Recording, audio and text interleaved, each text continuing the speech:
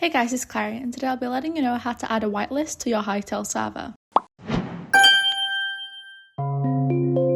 Firstly, all you have to do is head over to your Server.pro control panel, click on your Hytale server from the dashboard, then once you're there, navigate to the console tab. To enable the whitelist, all you have to do is enter the following command in the console, /whitelist --enable. Once this is enabled, only players on the whitelist will be able to join the server. Then to add players, all you have to do is use the command /whitelist add and then player name. Once you're done with that, this will add the player to the whitelist so they can access the server. If you want to remove them, it's just as easy. All you have to do is /whitelist remove and then the player name. If you want to allow anyone to join the server again, you can disable it with /whitelist disable. We'll leave all the commands in the comments down below so you can use them.